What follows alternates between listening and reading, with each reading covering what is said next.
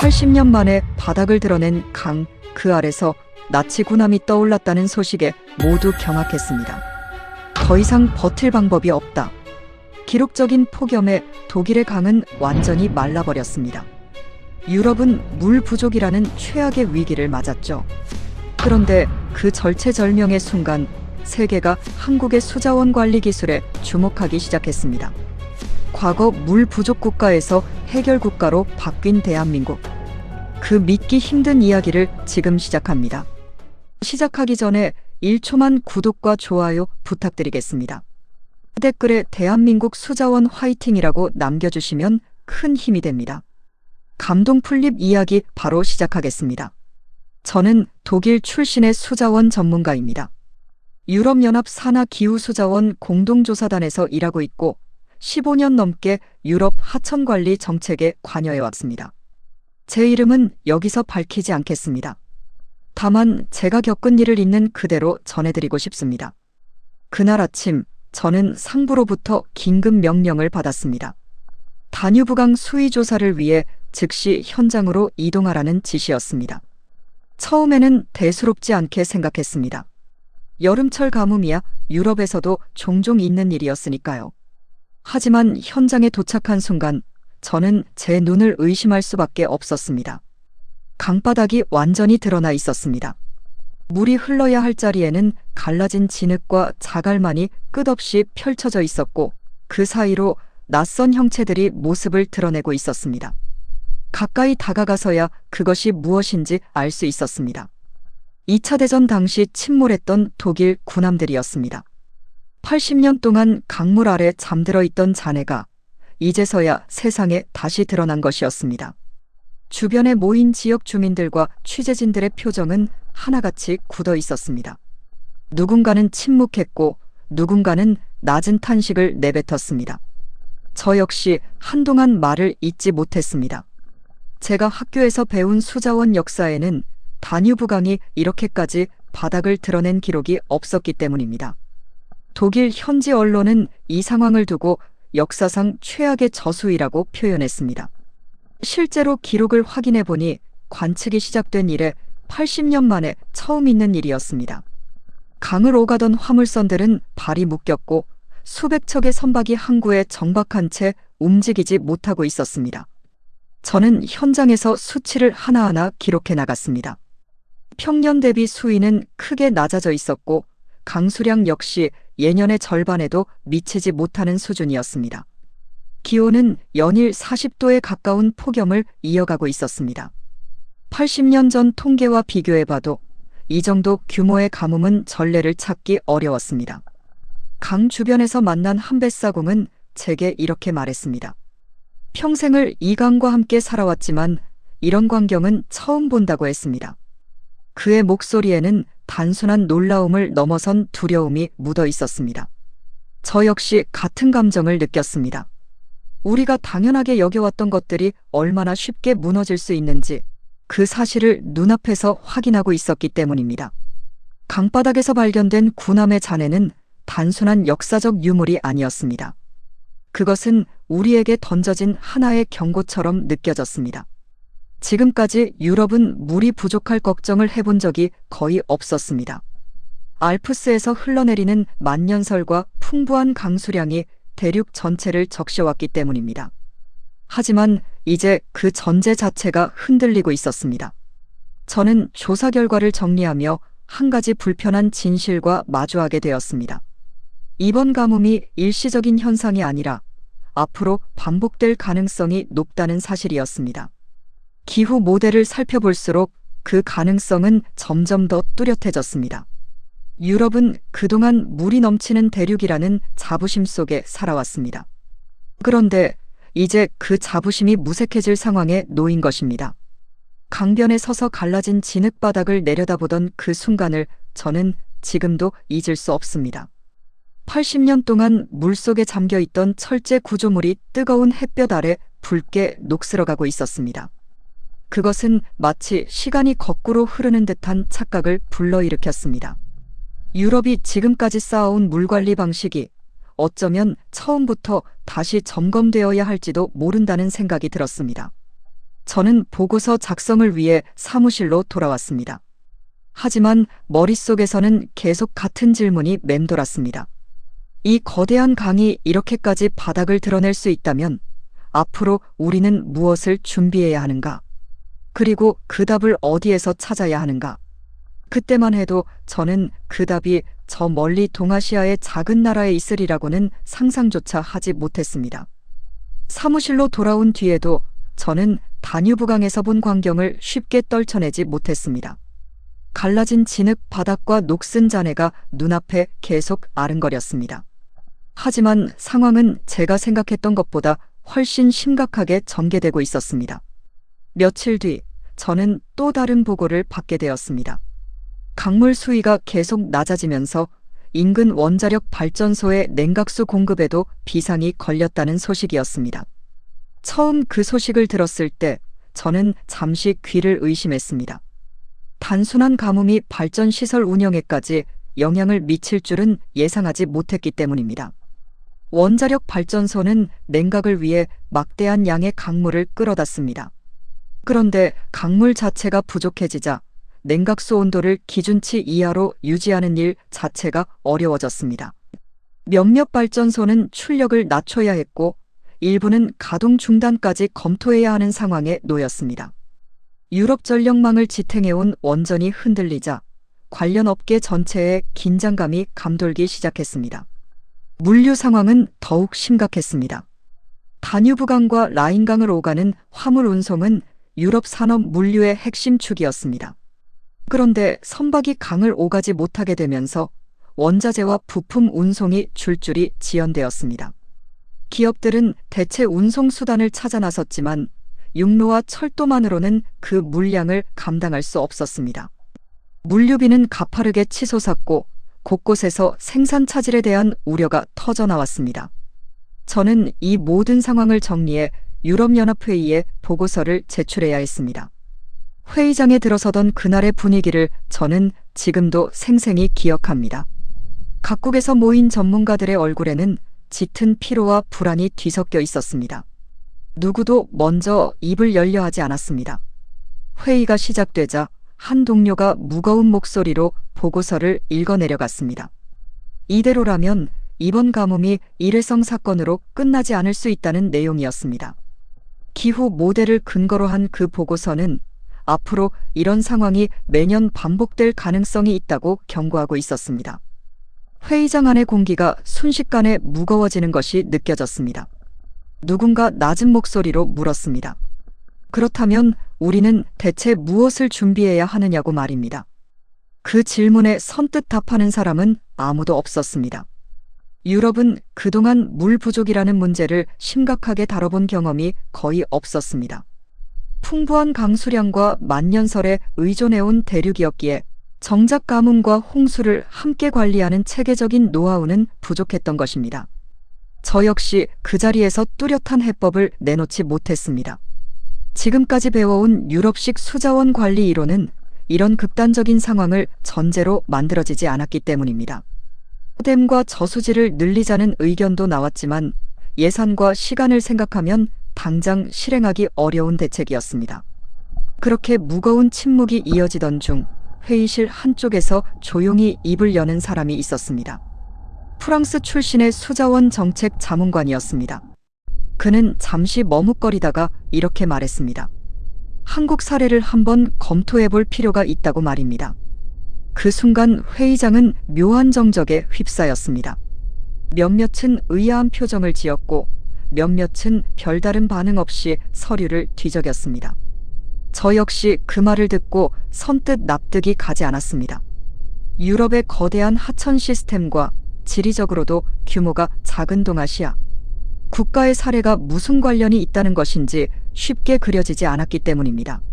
하지만 그 자문관은 물러서지 않았습니다. 그는 몇 가지 자료를 화면에 띄우며 설명을 이어갔습니다. 한국이라는 나라가 과거 심각한 물 부족 국가였다는 사실, 그리고 그 나라가 홍수와 가뭄이라는 상반된 문제를 동시에 관리하는 체계를 구축해왔다는 내용이었습니다. 저는 그 설명을 들으면서도 여전히 반신반의했습니다. 하지만 한편으로는 묘한 호기심이 일었던 것도 사실입니다. 회의는 결론을 내리지 못한 채 일단 마무리되었습니다. 다만 회의실을 나서면서 저는 그 낯선 이름 하나가 계속 머릿속에 맴도는 것을 느꼈습니다. 회의가 끝난 뒤에도 저는 쉽사리 자리를 뜨지 못했습니다. 동료들이 하나둘 짐을 챙겨나가는 동안 저는 방금 들었던 그 낯선 나라의 이름을 노트에 적어보았습니다. 한국. 제가 아는 것이라고는 반도체와 자동차 산업으로 유명한 나라라는 정도였습니다. 물 관리라는 분야에서 그 나라를 떠올려 본 적은 단 한 번도 없었습니다. 다음 날 저는 상급자로부터 호출을 받았습니다. 그는 어제 회의에서 나온 한국 관련 언급을 두고 저에게 의견을 물었습니다. 저는 솔직하게 답했습니다. 아직은 신뢰하기 어려운 제안이라고 말입니다. 유럽의 하천은 국경을 넘나드는 거대한 규모를 자랑합니다. 라인강만 해도 여러 나라를 관통하며 흐르고 그 관리 체계 역시 수십 년에 걸쳐 정교하게 다듬어져 왔습니다. 그런데 상대적으로 작은 나라의 사례가 우리에게 무슨 도움이 될 수 있을지 저는 여전히 의문이었습니다. 상급자는 제 말을 끝까지 듣고는 짧게 답했습니다. 그래도 확인은 해봐야 하지 않겠느냐고 말입니다. 지금 우리에게 남은 선택지가 많지 않다는 이유였습니다. 저는 그 말에 반박할 수 없었습니다. 실제로 유럽 곳곳에서 들려오는 소식들은 하루가 다르게 심각해지고 있었기 때문입니다. 헝가리에서는 강을 이용한 농업용수 공급이 끊기면서 농작물 피해가 확산되고 있다는 보고가 올라왔습니다. 루마니아 쪽에서도 비슷한 상황이 반복되고 있었습니다. 저는 매일 아침 각국에서 전달되는 피해 현황을 정리하며 이 위기가 단순히 독일 한 나라의 문제가 아니라는 사실을 다시 한번 실감했습니다. 한편 원전 문제는 좀처럼 해결될 기미를 보이지 않았습니다. 일부 발전소는 결국 가동률을 크게 낮춘 채 운영을 이어가야 했고 그로 인해 전력 수급에도 빨간불이 켜졌습니다. 여름철 냉방 수요는 폭염과 함께 계속 치솟고 있었는데 정작 전력 공급은 줄어드는 기이한 상황이 벌어지고 있었습니다. 기업들의 반발도 거셌습니다. 물류비 상승으로 인한 손실을 견디다 못한 몇몇 대기업들이 정부에 직접 대책 마련을 촉구하고 나섰습니다. 언론에서는 연일 이 문제를 다루며 유럽이 기후위기 앞에서 얼마나 무방비했는지를 지적하는 기사가 쏟아졌습니다. 저 역시 그런 기사들을 볼 때마다 착잡한 마음을 감출 수 없었습니다. 그 무렵 저는 처음으로 한국이라는 나라에 대한 자료를 직접 찾아보기 시작했습니다. 처음에는 큰 기대 없이 훑어보는 정도였습니다.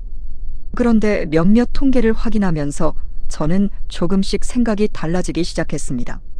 한국은 국토 면적에 비해 인구 밀도가 매우 높은 나라였고 계절에 따라 강수량 편차가 극심한 기후를 가지고 있었습니다. 여름철에는 집중호우로 홍수 피해를 겪고 정작 필요한 시기에는 가뭄에 시달리는 일이 반복되어 왔다는 기록이 눈에 띄었습니다. 저는 그 대목에서 잠시 손을 멈췄습니다. 어쩌면 이 나라는 우리와는 전혀 다른 방식으로 하지만 근본적으로는 비슷한 문제와 오랫동안 씨름해왔을지도 모른다는 생각이 들었기 때문입니다. 유럽은 물이 풍부한 대신 관리 경험이 부족했고 반대로 한국은 자원이 부족한 대신 그것을 다루는 경험을 켜켜이 쌓아왔을 수도 있었습니다. 그날 저녁 저는 상급자에게 다시 연락을 취했습니다. 그리고 조심스럽게 말했습니다. 자료를 조금 더 확인해 볼 필요가 있을 것 같다고 말입니다. 상급자는 잠시 침묵하더니 그렇다면 정식으로 조사단을 꾸려보자고 제안했습니다. 저는 그 제안을 듣는 순간 묘한 긴장감을 느꼈습니다. 불과 며칠 전까지만 해도 회의적이었던 제가 이제는 직접 그 나라를 조사하는 입장에 서게 된 것이었습니다. 회의실 창밖으로는 여전히 뜨거운 햇볕이 내리쬐고 있었습니다. 말라붙은 화단과 시들어가는 가로수를 바라보며 저는 문득 이런 생각이 들었습니다. 우리가 지금까지 당연하게 여겨왔던 것들을 다시 배워야 할 때가 온 것은 아닐까 하고 말입니다. 그리고 그 배움의 대상이 저 멀리 동아시아의 작은 나라가 될 수도 있다는 사실이 그때의 저에게는 여전히 낯설게만 느껴졌습니다. 정식으로 꾸려졌다는 소식이 전해지자 사무실 내부의 반응은 제 예상보다 훨씬 차가웠습니다. 회의실에 모인 동료들 사이에서는 노골적인 회의론이 오갔습니다. 한국이요? 거긴 비만 많이 오는 나라 아닌가요? 한 동료가 어깨를 으쓱하며 던진 말에 몇몇이 낮게 웃음을 터뜨렸습니다. 저 역시 처음 그 이름을 들었을 때 비슷한 생각을 했었기에 그 반응을 이해하지 못하는 것은 아니었습니다. 국토도 좁고 강도 짧은 나라잖아요. 우리 라인강이나 다뉴브강이랑 비교가 되겠어요? 또 다른 동료가 덧붙였습니다. 저는 그 말에 딱히 반박하지 못한 채 자리에 앉아 있었습니다. 지리적인 조건만 놓고 보면 틀린 말도 아니었기 때문입니다. 유럽의 하천은 여러 나라를 가로지르며 수천 킬로미터를 흐릅니다. 반면 한국의 하천은 그에 비하면 훨씬 짧고 유역 면적도 작은 편이었습니다. 그래도 일단 자료는 확인해 봐야죠. 상부 지시니까요. 제가 그렇게 말하자 회의실 분위기는 시큰둥하게 가라앉았습니다. 다들 이 조사가 형식적인 절차에 불과할 것이라 생각하는 눈치였습니다. 저 역시 크게 다르지 않은 심정으로 자료 검토를 시작했습니다. 하지만 자료를 하나씩 들여다볼수록 저는 예상치 못한 지점에서 자꾸 멈춰 서게 되었습니다. 가장 먼저 눈에 들어온 것은 한국의 강수량 분포였습니다. 한국은 연간 강수량의 상당 부분이 여름철 몇 달에 집중되어 있었습니다. 반면 봄과 가을, 겨울에는 극심한 가뭄에 시달리는 경우가 많았습니다. 이렇게 계절별 편차가 큰 기후 조건에서 한국은 홍수와 가뭄이라는 상반된 재해를 해마다 번갈아 겪어온 셈이었습니다. 저는 옆자리 동료를 불렀습니다. 이것 좀 봐주시겠어요? 한국은 홍수와 가뭄을 동시에 관리해야 하는 나라였어요. 동료는 심드렁한 표정으로 화면을 들여다보다가 이내 미간을 살짝 좁혔습니다. 이거 생각보다 편차가 심한데요. 우리 쪽 기후랑은 다른 방식으로 접근했겠네요. 그 말을 시작으로 저희 둘은 자료를 좀 더 깊이 파고들기 시작했습니다. 한국은 과거 세계적으로도 손꼽히는 물 부족 국가로 분류되었던 시기가 있었습니다. 인구는 밀집되어 있는데 활용 가능한 수자원은 한정적이었고 이 때문에 정부 차원에서 오랜 시간에 걸쳐 체계적인 물관리 정책을 추진해왔다는 기록이 이어졌습니다. 특히 눈에 띄었던 것은 하천 정비와 관련된 통계였습니다. 한국은 전국 단위로 하천의 준설과 보설치, 수문 관리를 병행하며 홍수 예방과 가뭄 대비를 동시에 수행하는 체계를 갖추고 있었습니다. 이는 유럽에서 흔히 볼 수 있는 단편적인 치수 사업과는 결이 다른 접근 방식이었습니다. 솔직히 이 정도일 줄은 몰랐어요.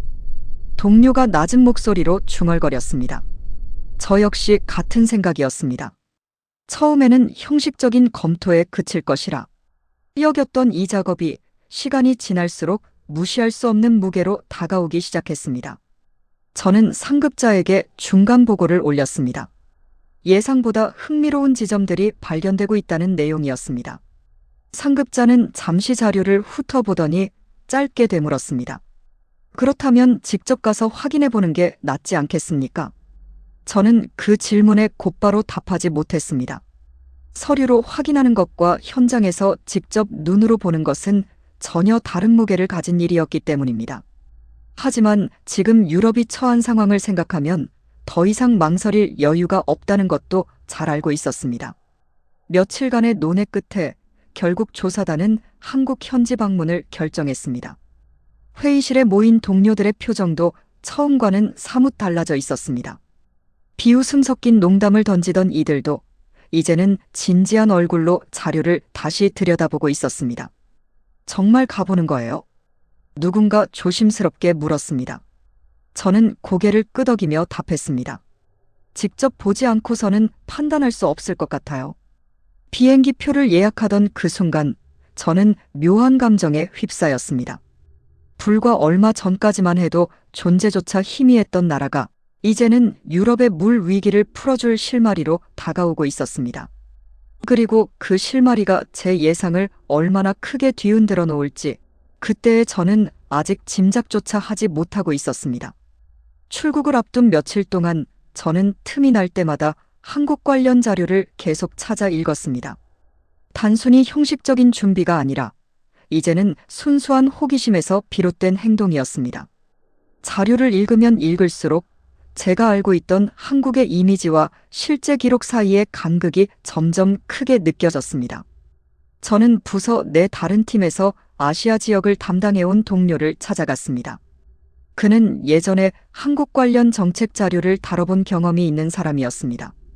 한국 물관리 정책에 대해 좀 아시나요? 제 질문에 그는 잠시 생각하는 표정을 짓더니 답했습니다. 제대로는 몰라요. 다만 그쪽 나라가 인프라 쪽으로는 유럽보다 앞서 있다는 얘기는 몇 번 들어본 적이 있어요. 그 말에 저는 조금 놀랐습니다. 반도체나 조선업 이야기는 익히 들어왔지만 인프라 분야, 그것도 물관리라는 다소 생소한 영역에서 그런 평가를 받고 있다는 사실은 처음 접하는 정보였기 때문입니다. 구체적으로 어떤 부분에서요? 제가 다시 묻자 그는 잠시 머뭇거리다 답했습니다. 정확히는 저도 몰라요. 다만 재난 대응 체계 쪽에서 상당히 정교하다는 평가를 본 적이 있어요. 직접 가서 보시면 더 정확히 아시겠죠. 그와의 대화는 짧게 끝났지만 제 머릿속에는 여러 질문이 계속 맴돌았습니다. 왜 유럽에는 이런 정보가 제대로 알려져 있지 않았을까 하는 의문이었습니다.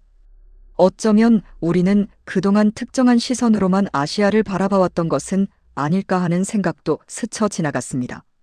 출국 전날, 저는 조사단 동료들과 마지막 회의를 가졌습니다. 회의실 분위기는 처음과는 확연히 달라져 있었습니다. 비웃음 섞인 농담을 던지던 이들도 이제는 진지하게 현지 조사 계획을 점검하고 있었습니다. 현지에서는 어떤 곳들을 방문하게 되나요? 한 동료가 물었습니다. 저는 미리 정리해둔 일정표를 화면에 띄우며 설명을 이어갔습니다. 주요 하천의 관리시설과 정부 산하물관리기관을 방문할 예정입니다. 실제 운영 현장을 눈으로 확인하는 것이 이번 조사의 핵심입니다. 설명을 듣던 동료들의 표정에서 저는 처음에 회의적인 기색이 조금씩 옅어지고 있음을 느낄 수 있었습니다.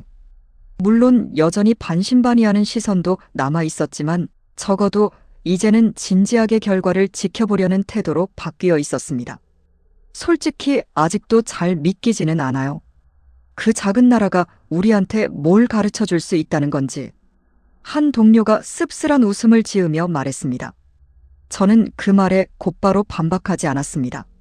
저 역시 완전히 확신을 가진 상태는 아니었기 때문입니다. 다만 지금까지 살펴본 자료들이 예사롭지 않았다는 사실만큼은 분명했습니다. 직접 보고 판단하죠. 지금 우리한테 그것 말고 다른 방법이 있는 것도 아니니까요. 제 말에 회의실은 잠시 조용해졌습니다. 누구도 더 이상 반박하지 않았습니다. 그 침묵 속에는 각자가 품고 있던 불안과 기대가 뒤섞여 있는 듯 했습니다. 그날 밤 저는 짐을 꾸리며 다시 한번 자료들을 훑어보았습니다. 통계로만 접했던 숫자들이 이제 곧 현장에서 실제 모습으로 확인될 참이었습니다. 강수량 편차, 물 부족 국가라는 과거의 꼬리표, 그리고 그 위기를 헤쳐온 시스템까지. 이 모든 것들이 눈앞에서 어떤 형태로 펼쳐질지 저는 쉽게 상상이 되지 않았습니다. 비행기에 오르기 전 저는 잠시 걸음을 멈추고 하늘을 올려다보았습니다. 유럽은 여전히 뜨거운 폭염 속에 있었고 강물은 계속 말라가고 있었습니다. 어쩌면 이번 조사가 유럽의 물 위기를 풀어낼 실마리가 될 수도 있다는 생각이 들었습니다. 동시에 저는 지금까지 제가 가지고 있던 편견, 하나가 곧 무너질지도 모른다는 예감을 어렴풋이 느끼고 있었습니다. 긴 비행을 마치고 도착한 한국의 첫인상은 제가 상상했던 것과는 사뭇 달랐습니다. 공항을 나서자마자 느껴진 습한 더위는 유럽의 건조한 폭염과는 또 다른 성질의 것이었습니다. 하지만 저를 정말 놀라게 한 것은 날씨가 아니었습니다. 도착 다음 날 저희 조사단은 곧바로 현지 하천관리 현장으로 안내되었습니다. 버스 창밖으로 펼쳐진 강줄기를 바라보며 저는 옆자리 동료에게 조용히 말을 건넸습니다. 생각보다 강폭이 넓네요. 동료도 고개를 끄덕이며 답했습니다. 저도 이 정도일 줄은 몰랐어요. 자료로 볼 때는 그냥 작은 하천인 줄 알았는데. 현장에 도착하자 한국 측 담당자가 저희를 맞이했습니다. 그는 정부 산하물관리기관에서 오랫동안 근무해온 기술자였습니다. 그는 간단한 인사를 나눈 뒤 곧바로 강 옆에 설치된 대형 구조물로 저희를 안내했습니다. 이곳이 저희가 운영하는 보아 수문시설입니다. 그의 설명을 들으며 저는 눈앞의 광경을 좀처럼 믿기 어려웠습니다. 강을 따라 일정한 간격으로 설치된 구조물들은 단순한 둑이 아니었습니다. 물의 흐름을 조절하고 필요에 따라 저장하거나 방류할 수 있도록 정교하게 설계된 시스템이었습니다. 이 정도 규모의 시설을 전국 하천에 걸쳐 운영하고 계신 건가요? 제가 묻자 그는 담담한 표정으로 답했습니다. 네, 주요 하천마다 유사한 체계가 구축되어 있습니다. 홍수기와 갈수기를 모두 대비해야 하기 때문입니다. 저는 그 대답을 들으며 잠시 말을 잇지 못했습니다. 유럽에서는 홍수 대비와 가뭄 대비가 각기 다른 부처, 다른 시스템에서 개별적으로 다뤄지는 경우가 많았습니다. 그런데 이곳에서는 두 가지 상반된 문제를 하나의 통합된 체계 안에서 동시에 관리하고 있었습니다. 조사단 동료 한 명이 조심스럽게 질문을 던졌습니다. 이런 시설을 유지하려면 상당한 예산과 인력이 필요할 것 같은데요. 실제로 효과는 어느 정도인가요?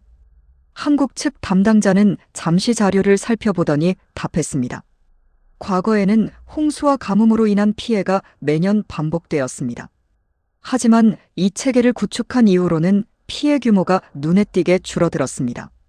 그는 이어서 하천 준설 작업에 대해서도 설명을 덧붙였습니다. 정기적으로 강바닥의 퇴적물을 제거해 물기를 확보하고 이를 통해 유량을 조절한다는 내용이었습니다. 저는 그 설명을 들으며 손에 든 수첩에 메모를 멈출 수 없었습니다. 비가 올 때는 최대한 저장하고 필요할 때 꺼내 쓰는 것이 핵심입니다. 그의 그 한마디가 유독 오래 마음에 남았습니다. 단순한 말처럼 들렸지만 그 안에는 오랜 시간에 걸쳐 쌓아온 시행착오와 경험이 응축되어 있는 듯했습니다. 유럽이 지금까지 놓치고 있던 것이 바로 이 단순하고도 명료한 원칙이 아니었을까 하는 생각이 스쳤습니다. 현장을 둘러보는 내내 조사단 동료들의 표정도 조금씩 변해가고 있었습니다. 처음 출발할 때만 해도 반신반의하던 이들이 이제는 눈앞의 시설을 하나하나 사진으로 남기며 진지하게 질문을 이어가고 있었습니다. 이 시스템은 언제부터 구축되기 시작한 건가요? 누군가 물었습니다. 한국 측 담당자는 잠시 생각하더니 답했습니다. 오랜 시간에 걸쳐 단계적으로 발전해 왔습니다. 처음부터 완성된 형태는 아니었습니다. 수많은 시행착오를 거치며 지금의 체계에 이르렀습니다. 그 대답을 듣는 순간 저는 묘한 부끄러움을 느꼈습니다. 저희는 그동안 이 나라를 그저 지리적으로 작고 강이 짧은 나라 정도로만 여겨왔습니다. 하지만 실제로 마주한 현실은 오랜 시간 축적된 고민과 경험이 만들어낸 정교한 결과물이었습니다. 해가 저물어갈 무렵 저희는 첫날 일정을 마무리했습니다. 숙소로 돌아가는 버스 안에서 조사단 동료들은 대부분 말이 없었습니다. 저 역시 창밖으로 스쳐 지나가는 강줄기를 바라보며 깊은 생각에 잠겼습니다. 오늘 본 것은 시작에 불과하다는 예감이 들었습니다. 그리고 그 예감은 다음 날 더욱 분명하게 현실로 다가오게 됩니다. 다음 날 아침, 저희는 실시간 수량관리 상황실로 안내되었습니다. 그곳에 들어서는 순간 저는 또 한 번 예상치 못한 광경과 마주하게 되었습니다.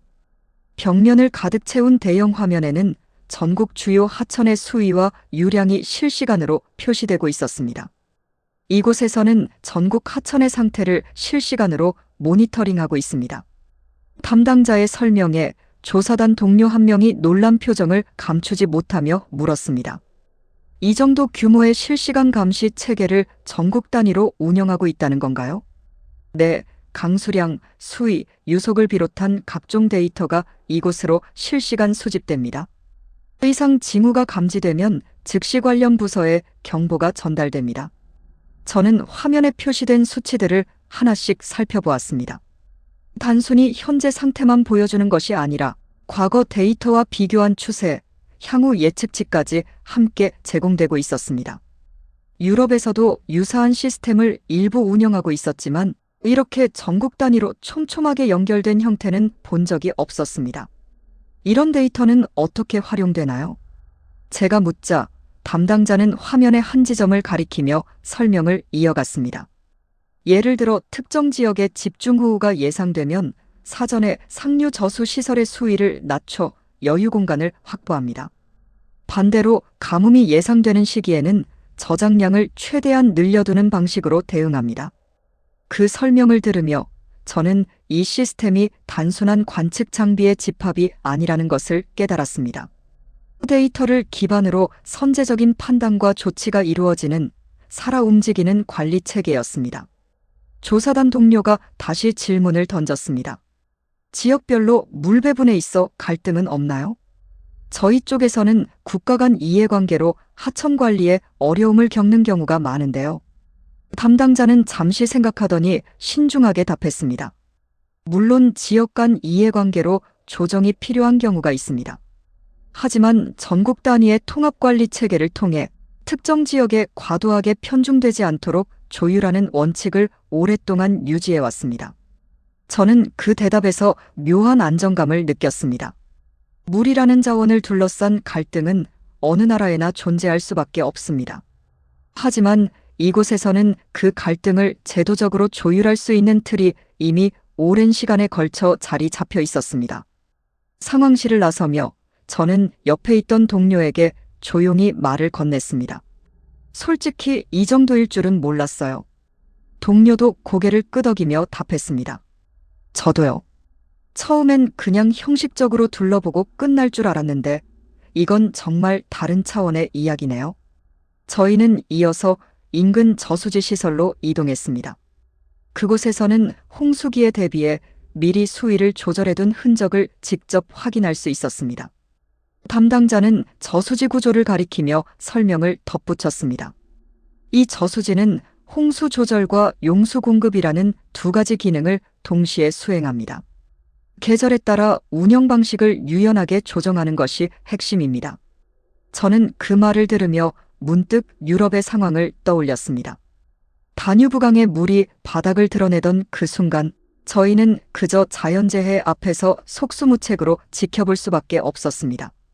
하지만 이곳에서는 같은 상황을 대비하기 위한 구체적이고 실질적인 장치들이 이미 오래전부터 마련되어 있었습니다. 해질 무렵 저희는 마지막 일정으로 하천 준설 현장을 둘러보았습니다. 중장비들이 강바닥의 퇴적물을 제거하는 모습을 지켜보며 담당자는 이렇게 덧붙였습니다. 이런 작업들이 꾸준히 이루어지지 않으면 아무리 좋은 시설을 갖추어도 제 기능을 하기 어렵습니다. 그 말은 단순한 기술적 설명을 넘어 오랜 시간 축적된 철학처럼 들렸습니다. 완성된 결과물이 아니라 끊임없이 유지하고 관리해온 과정 그 자체가 이 시스템의 핵심이라는 사실을 깨달은 순간이었습니다. 숙소로 돌아가는 길, 저는 오늘 보고 들은 것들을 노트에 정리하며 깊은 생각에 잠겼습니다. 처음 이곳에 올 때 품고 있던 회의감은 이미 사라진 지 오래였습니다. 대신 그 자리에는 우리가 얼마나 늦게 이 사실을 알아차렸는가에 대한 씁쓸함이 자리하고 있었습니다. 그날 일정은 인공지능 기반 예측 시스템을 개발하고 운영하는 연구기관 방문으로 시작되었습니다. 저는 전날까지 목격한 현장 시설들만으로도 이미 놀라움을 느끼고 있었지만 이곳에서는 또 다른 층위의 놀라움이 기다리고 있었습니다. 연구소에 들어서자 담당 연구원이 저희를 맞이했습니다. 그는 젊은 나이에도 불구하고 상당히 노련한 태도로 설명을 시작했습니다. 저희는 강수 예측부터 하천 유량 변화까지 인공지능 모델을 활용해 사전에 시뮬레이션하고 있습니다. 그의 설명을 들으며 저는 화면에 펼쳐진 복잡한 그래프들을 바라보았습니다. 단순한 기상 예보 수준이 아니었습니다. 특정 지역에 비가 내렸을 때 그 물이 어떤 경로로 흘러가고 며칠 후 어느 지점의 수위가 얼마나 상승할지를 세밀하게 예측하는 모델이었습니다. 이 예측의 정확도는 어느 정도인가요? 조사단 동료 한 명이 물었습니다. 연구원은 잠시 자료를 확인하더니 답했습니다. 물론 완벽할 수는 없습니다. 하지만 지속적인 데이터 축적과 모델 개선을 통해 실제 대응에 충분히 활용할 수 있는 수준까지 정확도를 끌어올렸습니다. 저는 그 대답을 들으며 묘한 감정에 휩싸였습니다. 유럽에서도 기후 예측 모델은 존재했지만 이렇게 하천 단위, 지역 단위로 세밀하게 적용되는 사례는 흔치 않았습니다. 대부분 대륙 단위의 거시적인 예측에 머물러 있었기 때문입니다. 이런 예측 결과는 실제 정책 결정에 어떻게 반영되나요?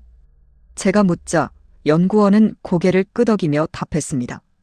예측 결과를 바탕으로 저수지 방류량이나 취수량을 사전에 조정합니다.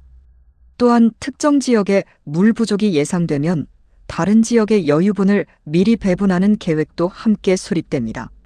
지역별 물 배분이라는 대목에서 저는 다시 한번 멈칫했습니다. 유럽에서는 국가 간 하천 이용을 둘러싼 갈등이 종종 정치적인 문제로 비화되곤 했습니다. 그런데 이곳에서는 예측 데이터를 근거로 감정적 대립이 아닌 합리적 조정을 통해 문제를 풀어가고 있었습니다. 이 시스템이 처음부터 이렇게 정교했던 것은 아니겠죠? 제가 조심스럽게 묻자 연구원은 옅은 미소를 지으며 답했습니다. 전혀 아닙니다.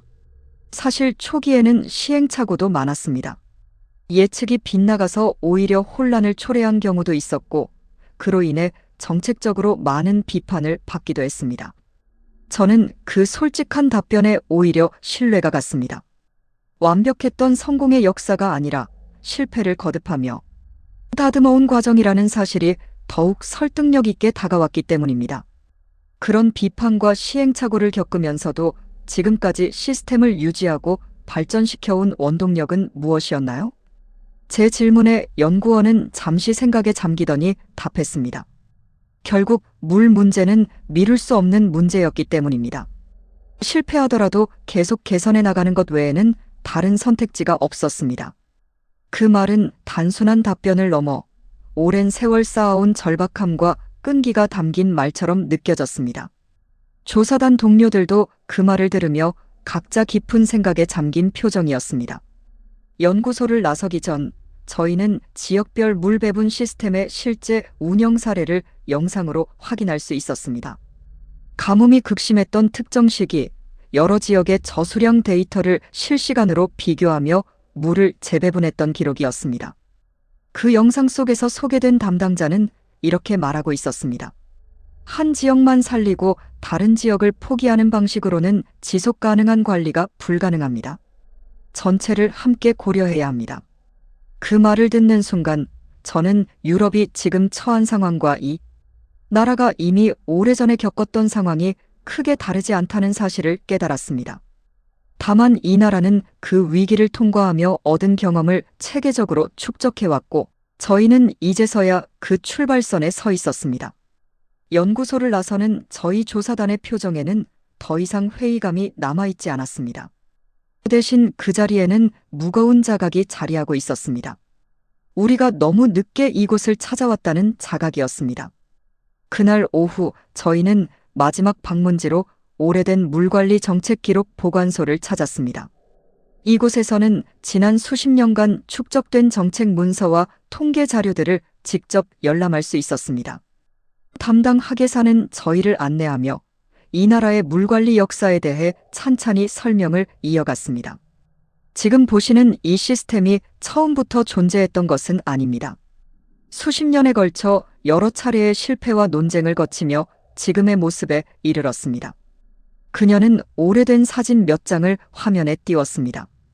과거 대규모 홍수로 마을이 침수된 장면, 그리고 반대로 저수지가 바닥을 드러낼 정도로 심각했던 가뭄의 흔적이었습니다. 이런 재해가 반복될 때마다 국민들의 불신도 함께 커져갔습니다. 대규모 치수 사업을 두고 사회적으로 큰 논란이 벌어지기도 했습니다. 저는 그 말에 조심스럽게 물었습니다. 그런 논란 속에서도 어떻게 지금과 같은 체계를 완성할 수 있었나요? 하계사는 잠시 생각하더니 답했습니다. 완성이라는 표현은 정확하지 않을 수도 있습니다. 지금도 계속 보완되고 있는 과정이니까요. 다만 분명한 것은 실패할 때마다 그 원인을 철저히 분석하고 다음 단계로 넘어갔다는 점입니다. 그녀는 이어서 몇 가지 구체적인 사례를 소개했습니다. 특정 시기에 무리하게 추진되었던 사업이 오히려 생태계 문제를 일으켜 대대적인 재검토를 거쳤던 일, 그리고 그 과정에서 시민사회와 전문가 집단 간의 오랜 논의를 통해 새로운 기준이 마련되었던 일이었습니다. 결국 실패도 하나의 데이터였던 셈이네요. 조사단 동료가 나지막이 말했습니다. 하계사는 그 말에 옅게 웃으며 고개를 끄덕였습니다. 정확한 표현입니다. 실패를 감추기보다는 기록으로 남기고 다음 정책에 반영하는 방식을 반복해왔습니다. 저는 그 설명을 들으며 유럽의 상황을 다시금 떠올릴 수밖에 없었습니다. 유럽에서도 물론 크고 작은 정책 실패는 있었습니다. 하지만 그것이 이렇게 체계적으로 축적되어 다음 세대의 자산으로 이어지는 경우는 드물었습니다. 각국이 개별적으로 정책을 추진해온 탓에 실패의 경험조차 파편적으로 흩어져 있었던 것입니다. 기록 보관소를 나서기 전 저는 한 가지 질문을 더 던졌습니다. 이 모든 과정을 지켜본 입장에서 지금 유럽이 겪고 있는 상황에 대해 어떻게 생각하시나요? 하계사는 잠시 말을 고르더니 신중하게 답했습니다. 안타깝지만 놀랍지는 않습니다. 저희도 비슷한 과정을 겪었으니까요. 다만 위안이 되는 것이 있다면 이런 위기는 결국 극복할 수 있는 문제라는 사실입니다. 시간과 노력이 필요할 뿐입니다. 그 말은 저에게 묘한 위로이자 동시에 무거운 과제로 다가왔습니다. 유럽에게 남은 것은 이제 그 시간을 어떻게 압축해서 따라잡을 것인가 하는 문제였습니다. 숙소로 돌아가는 버스 안에서 조사단 동료들 사이에는 이전과는 다른 종류의 침묵이 흘렀습니다.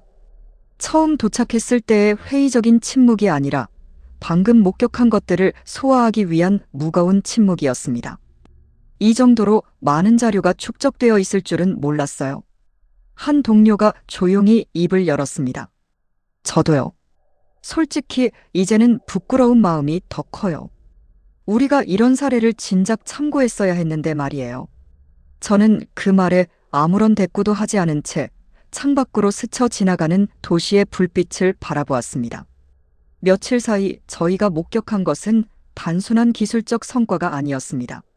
실패를 두려워하지 않고 끊임없이 기록하고 개선해온 오랜 시간의 축적이었습니다.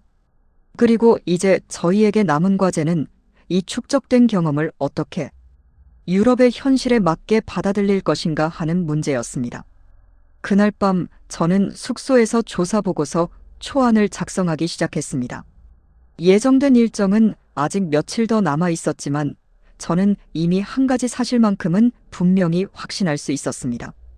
이번 방문은 단순한 참고 자료 수집으로 끝나지 않으리라는 확신이었습니다.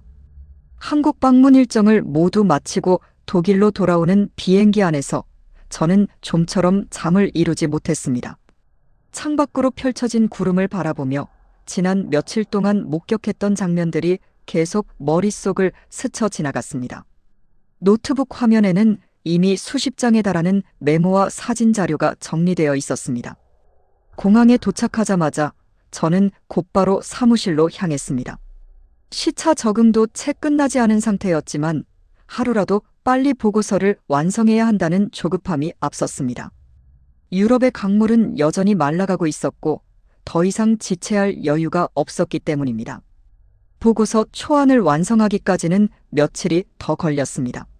저는 현장에서 확인한 하천 관리 체계, 실시간 수량 모니터링 시스템, 그리고 인공지능 기반 예측 모델까지 모든 내용을 상세히 담았습니다. 특히 지역별 물 배분 원칙과 오랜 시행착오를 거쳐 완성된 정책 결정 과정에 상당한 분량을 할애했습니다. 보고서를 제출하던 날, 저는 다시 한번 유럽연합회의에 참석했습니다. 회의실에 들어서는 순간, 저는 몇 주 전과는 확연히 달라진 분위기를 느낄 수 있었습니다. 이전 회의에서 한국 사례를 두고 회의적인 반응을 보였던 이들도 이제는 진지한 표정으로 자료를 넘겨보고 있었습니다. 이 자료 생각보다 훨씬 구체적이네요. 한 참석자가 낮은 목소리로 중얼거렸습니다. 저는 발표를 시작하며 한국에서 직접 목격한 사례들을 하나씩 설명해 나갔습니다. 발표가 진행되는 동안 회의실 안은 이전과는 비교할 수 없을 정도로 조용하고 집중된 분위기였습니다. 발표가 끝나자 여러 질문이 쏟아졌습니다. 그 중에서도 독일 정부 관계자의 질문이 특히 인상 깊었습니다. 이런 시스템을 유럽에 적용하려면 어느 정도의 시간과 예산이 필요할 것으로 예상하십니까? 저는 신중하게 답했습니다. 단기간에 완성될 수 있는 시스템은 아닙니다.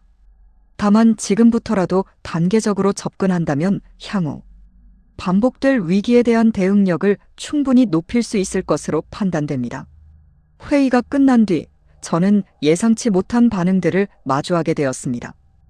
헝가리와 루마니아 측 대표단이 각각 저를 따로 찾아와 자국 상황에 맞춘 세부 자료를 요청했습니다. 특히 헝가리 대표는 이렇게 말했습니다. 저희 쪽 농업용수 문제가 심각한 상황입니다. 한국의 지역별 물 배분 체계를 좀 더 자세히 살펴보고 싶습니다. 저는 그 요청에 성실히 응하며 현장에서 정리한 세부 자료들을 하나씩 전달했습니다.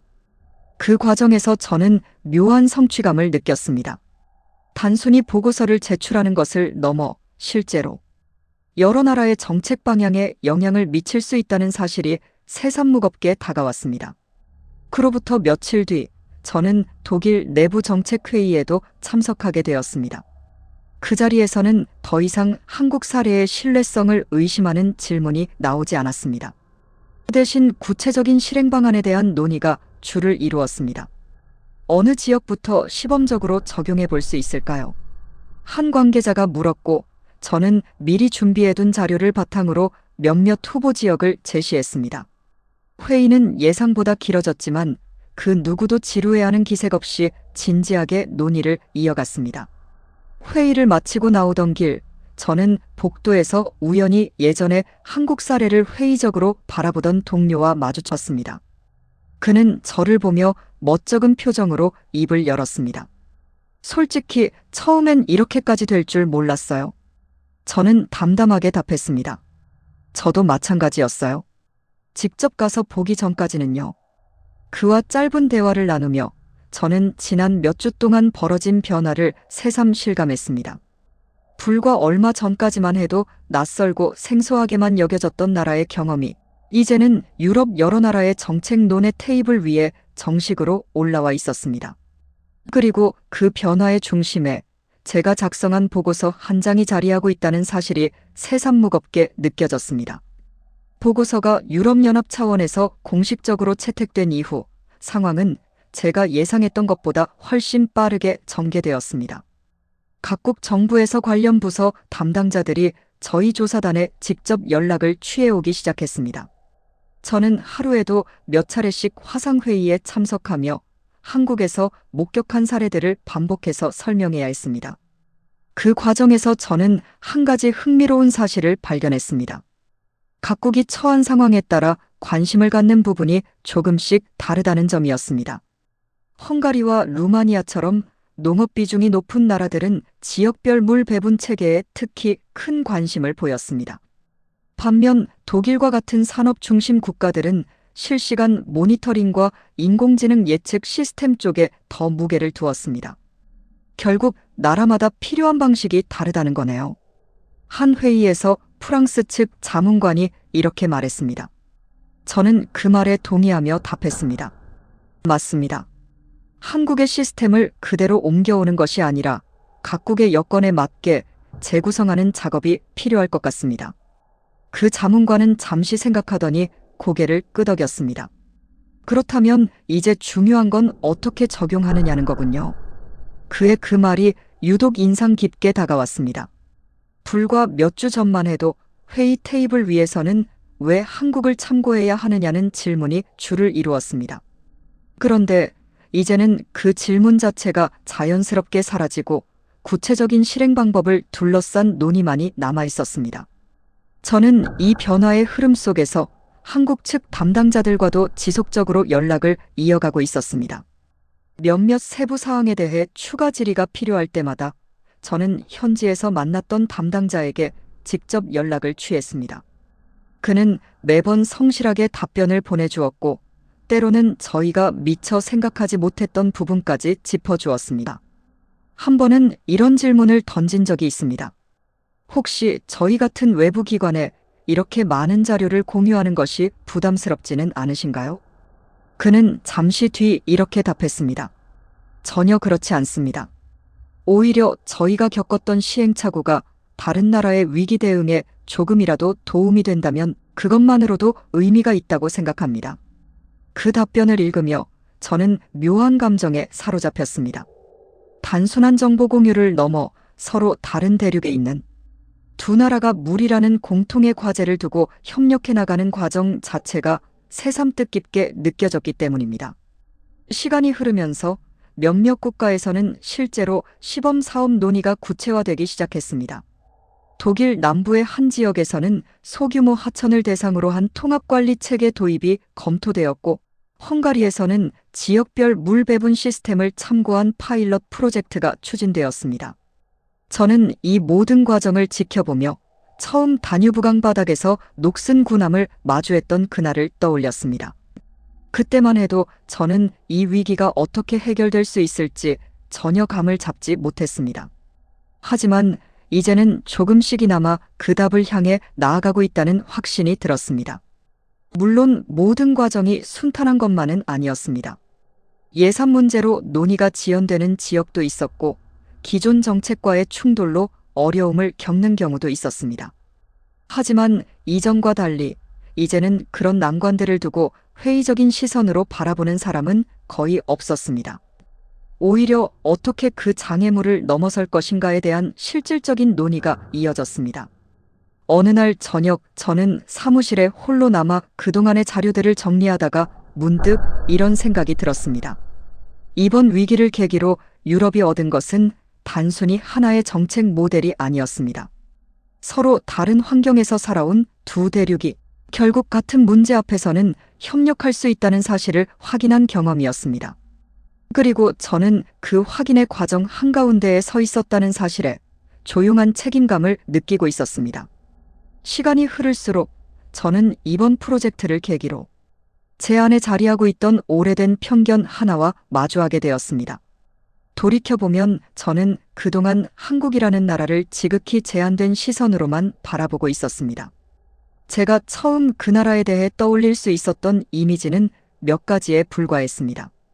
반도체와 자동차를 만드는 제조업 강국, 빠른 경제 성장을 이룬 아시아의 신흥국. 딱 그 정도였습니다.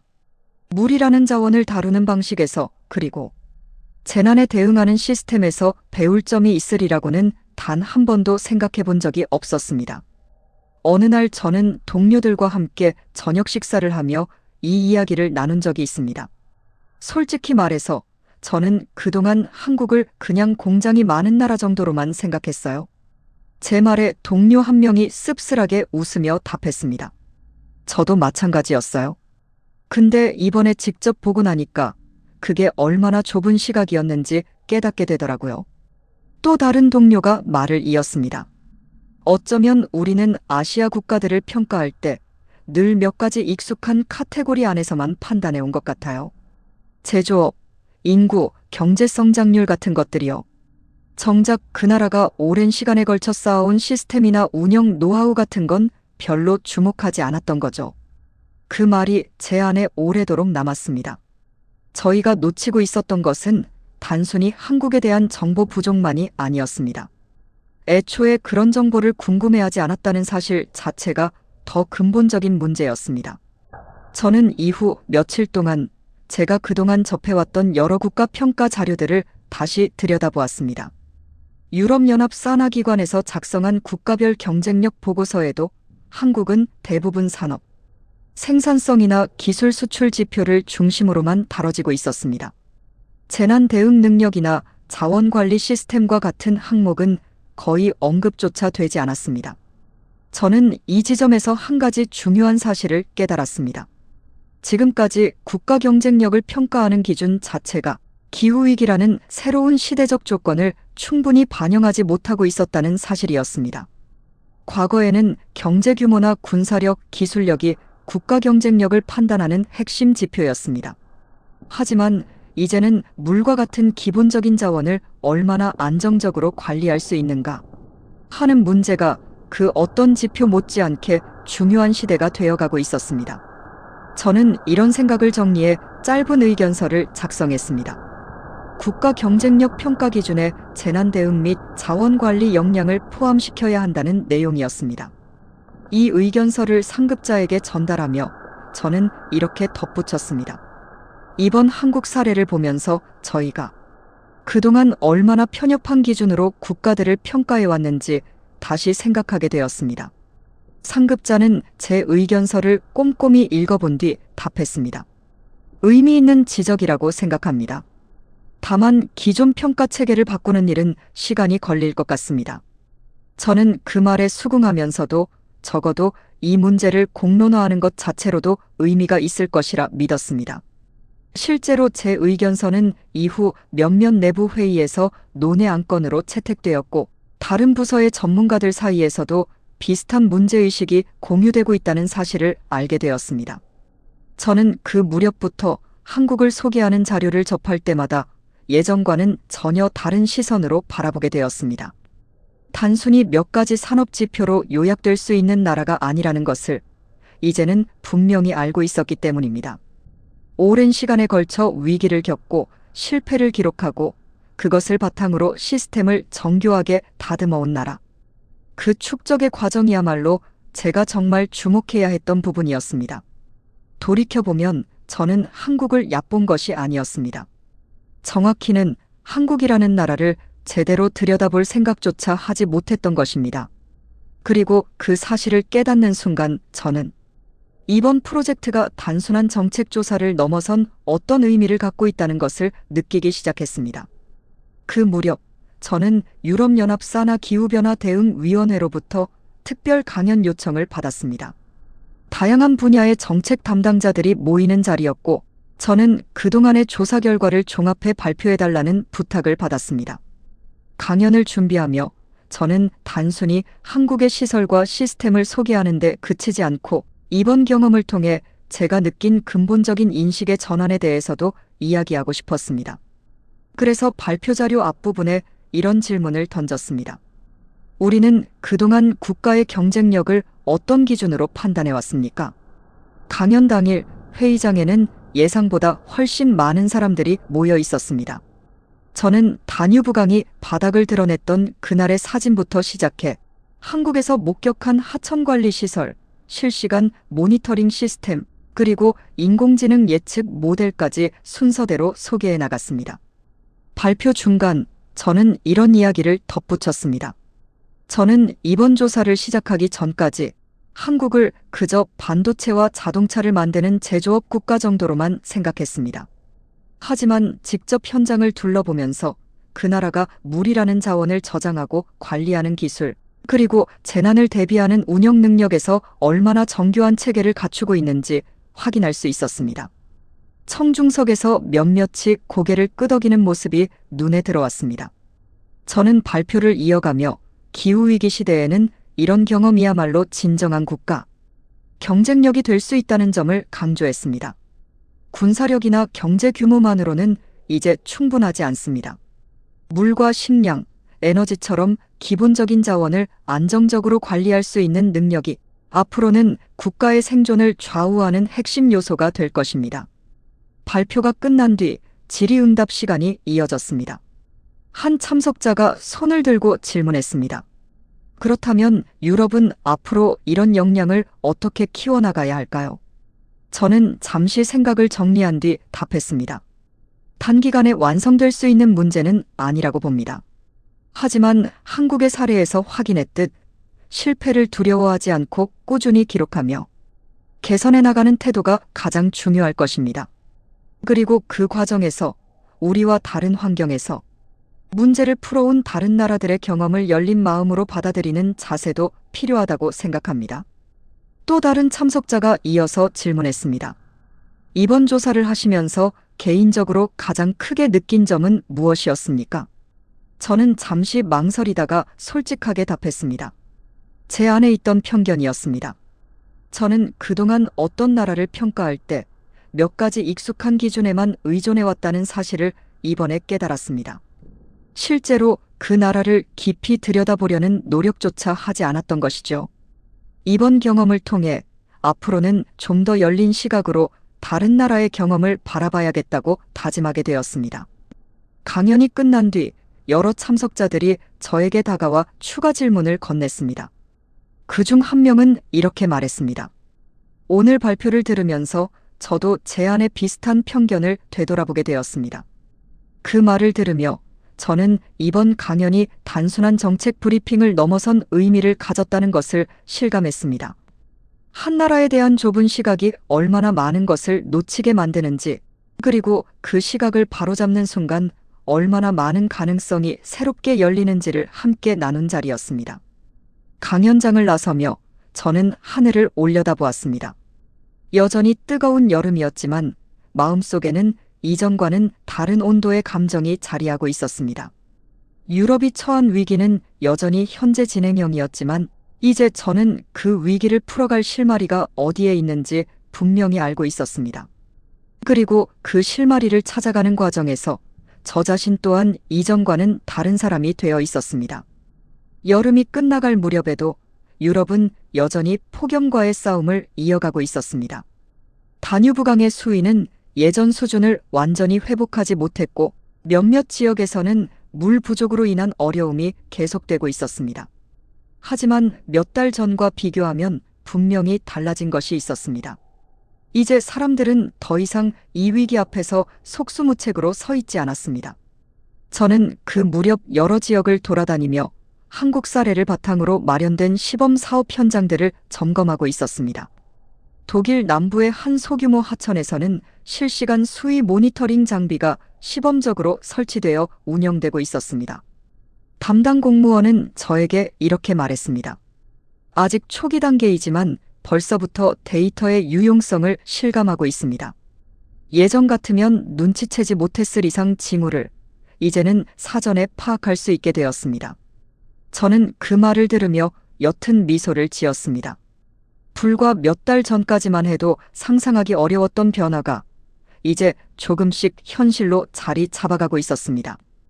헝가리에서도 비슷한 소식이 들려왔습니다. 지역별 물 배분 체계를 참고한 파일럿 프로젝트가 첫 성과를 냈다는 보고였습니다. 담당자는 화상회의에서 이렇게 전했습니다. 완벽하지는 않지만 적어도 이제는 어느 지역에 얼마나 물이 필요한지를 데이터에 기반해 판단할 수 있게 되었습니다. 예전처럼 각 지역이 서로 물을 더 가져가려고 다투는 일도 많이 줄었습니다. 저는 이런 소식들을 하나씩 정리하며 이번 위기가 유럽에 남긴 것이 단순한 피해만은 아니었다는 사실을 새삼 느꼈습니다. 물론 그 대가는 결코 작지 않았습니다. 하지만 그 위기를 통해 유럽은 처음으로 자신들과는 전혀 다른 환경에서 쌓아온 경험을 진지하게 받아들이는 법을 배우고 있었습니다. 저는 최종 보고서를 마무리하는 작업에 착수했습니다. 지난 몇 달간의 조사와 이후 진행된 시범 사업들의 성과까지 모두 담아내는 작업이었습니다. 보고서를 써내려가면서 저는 자연스럽게 그동안 함께 일했던 한국 측 담당자들의 얼굴을 떠올리게 되었습니다. 처음 현장에서 만났던 기술자, 실시간 모니터링 상황실에서 저희를 안내했던 담당자, 그리고 인공지능 예측 모델을 설명해 주었던 연구원까지. 그들은 하나같이 담담한 태도로 하지만 깊은 애정을 담아 자신들의 경험을 나눠주었습니다. 그들에게는 어쩌면 당연한 업무의 일환이었을지 모르지만 저에게는 유럽의 위기를 풀어낼 결정적인 실마리였습니다. 보고서 마지막 장을 앞두고 저는 잠시 손을 멈췄습니다. 공식적인 정책 문서에 담기에는 다소 개인적인 감정이라는 것을 알고 있었지만 그럼에도 저는 이 프로젝트를 마무리하며 한 가지 하고 싶은 일이 있었습니다. 한국 측 담당자들에게 직접 감사의 마음을 전하는 편지를 쓰는 일이었습니다. 저는 책상 앞에 앉아 빈 문서를 열었습니다. 어떤 말로 시작해야 할지 한참을 고민했습니다. 단순히 감사하다는 말로는 부족하다는 생각이 들었습니다. 지난 몇 달간 제가 겪은 인식의 전환, 그리고 유럽이 처음으로 다른 대륙의 경험 앞에 겸허해질 수 있었던 그 과정을 조금이나마 진심을 담아 전하고 싶었습니다. 창밖으로는 늦여름의 해가 서서히 저물고 있었습니다. 사무실 안은 조용했고 저는 오랜만에 온전히 제 생각에만 집중할 수 있는 시간을 갖게 되었습니다.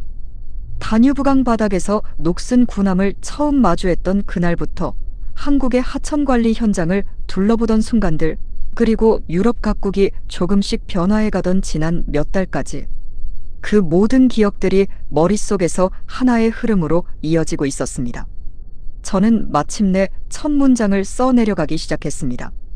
그것은 단순한 업무 보고서의 일부가 아니라 한 나라가 다른 나라에게 보내는 진심 어린 감사의 기록이 될 것이었습니다. 저는 천천히 그러나 분명한 마음으로 편지를 써내려갔습니다. 존경하는 한국의 물관리 담당자 여러분께, 먼저 지난 몇 달간 저희 조사단에게 보여주신 성실함과 진심 어린 협조에 깊은 감사를 드립니다. 처음 유럽연합 회의실에서 여러분의 나라 이름이 언급되었을 때 솔직히 저를 포함한 많은 이들이 회의적이었습니다. 국토가 좁고 강이 짧은 나라가 라인강과 다뉴브강을 끼고 살아온 저희에게 무엇을 가르쳐 줄 수 있을지 상상하기 어려웠기 때문입니다. 하지만 직접 현장을 둘러보며 저희는 완전히 다른 진실과 마주하게 되었습니다. 강의 규모나 길이가 아니라 그 물을 얼마나 세심하게 이해하고 다뤄왔는가가 진짜 중요한 문제였다는 사실을 깨달았습니다. 여러분의 나라는 오랜 세월 홍수와 가뭄이라는 상반된 재해를 동시에 겪으면서도 그 위기를 하나씩 기록하고 분석하며 정교한 체계로 발전시켜 왔습니다. 저희가 목격한 것은 단순히 잘 만들어진 시설이 아니었습니다. 실패를 두려워하지 않고 끊임없이 개선해온 태도, 그리고 그 과정에서 축적된 데이터와 경험을 소중히 여기는 자세였습니다. 실시간으로 전국의 하천을 살피는 상황실, 인공지능으로 미래의 물길을 예측하는 연구소, 그리고 지역 간 갈등을 데이터로 조율해온 오랜 정책의 역사까지, 그 모든 것이 저희에게는 신선한 충격이었습니다. 무엇보다 저를 부끄럽게 만들었던 것은 그동안 제가 여러분의 나라를 얼마나 좁은 시선으로만 바라봐왔는가 하는 사실이었습니다. 반도체와 자동차를 만드는 제조업 국가라는 이미지에 갇혀 정작 물이라는 인류 공통의 자원을 다루는 지혜와 경험은 전혀 눈여겨보지 않았습니다.